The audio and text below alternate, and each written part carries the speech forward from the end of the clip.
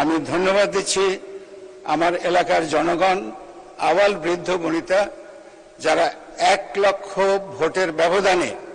ধানের শেষকে জিতিয়ে আমাকে এখানে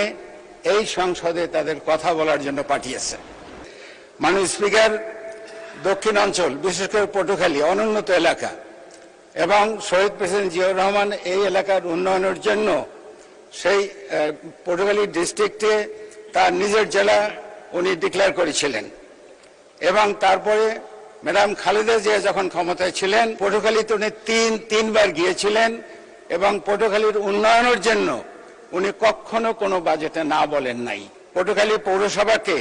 সিটি কর্পোরেশনে উন্নীতকরণ, পটুয়াখালী ইপিজেডকে কার্যকরীকরণ, 250 বেড হসপিটালকে 500-তে উন্নীতকরণ, লাইট প্যাসেঞ্জার বা হেলিকপ্টারের জন্য পটুয়াখালী অথবা কলাপাড়ায় রানওয়ে করা, engineering college, textile engineering college, মহিলা cadet college, Patuakhali university of science and টেকনোলজিকে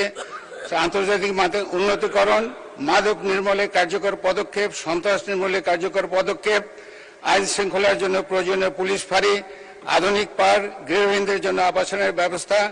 মুক্তিযোদ্ধাদের জন্য বীর নিবাস, ছোট্টমণি নিবাস, ডে কেয়ার সেন্টার।